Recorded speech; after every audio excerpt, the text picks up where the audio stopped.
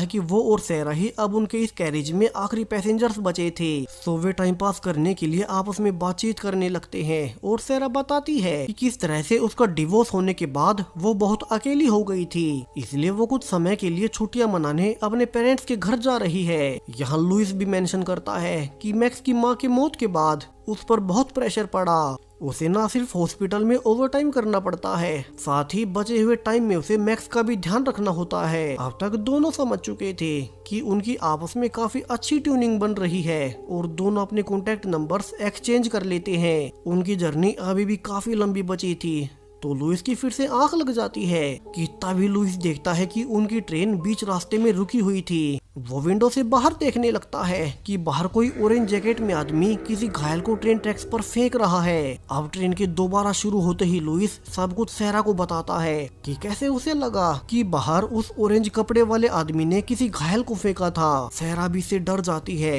और लुइस अब भागकर ट्रेन के टीसी को ढूंढने लगता है ताकि जो कुछ भी उसने देखा वो उसे सब बता सके। मगर अब अगले कोच में सिर्फ जैन ही था। ये वही जैन है जो कि शुरू में सिगरेट के लिए टीसी से लड़ रहा था और लुइस को यहाँ टीसी कहीं नहीं मिलता। उसे पता नहीं था कि वो तो पहले ही मारा जा चुका है। और लुइस को ऐसे घूमते देख अब स्लीपर कोच से एक और पैसेंजर पीटर पूछता है कि लुइस को ऐसे शोर नहीं करना चाहिए। लुइस उसे सब कुछ बताता है जो कुछ भी उसने पिछले स्टॉप पर देखा था और अब तो उसे टीसी भी कहीं नहीं मिल रहा।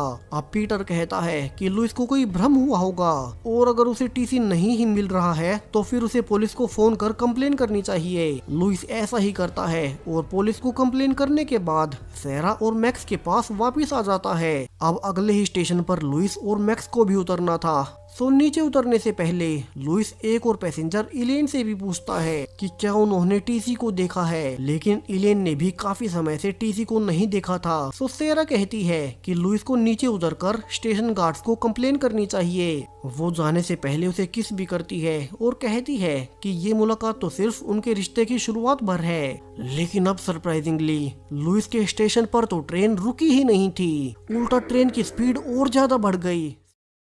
सो लुइस अब सैरा और मैक्स को इलेन वाले स्लीपर रूम में छोड़ खुद कंट्रोल रूम में ड्राइवर से बात करने जाता है कि उसने ट्रेन को उनके स्टेशन पर रोका क्यों नहीं। लेकिन अब कंट्रोल रूम में जाने का दरवाजा बंद पड़ा था और वो सिर्फ एक कम्युनिकेशन डिवाइस से ही ड्राइवर से बात कर सकता था। सो लुइस उसी से ड्राइवर से पूछने लगता है कि उसने ट्रेन को पिछले स्टेशन पर क्यों नहीं रोका। अब ड्राइवर बड़ी अजीब तरह से पूछता है कि ट्रेन में टोटल कितने पैसेंजर्स बचे हैं और लुइस बता देता है कि अब तक सिर्फ 6 ही पैसेंजर्स उसने पूरी ट्रेन में देखे हैं। और ये कहते ही अंदर से ड्राइवर ने कॉल को ही काट दिया था।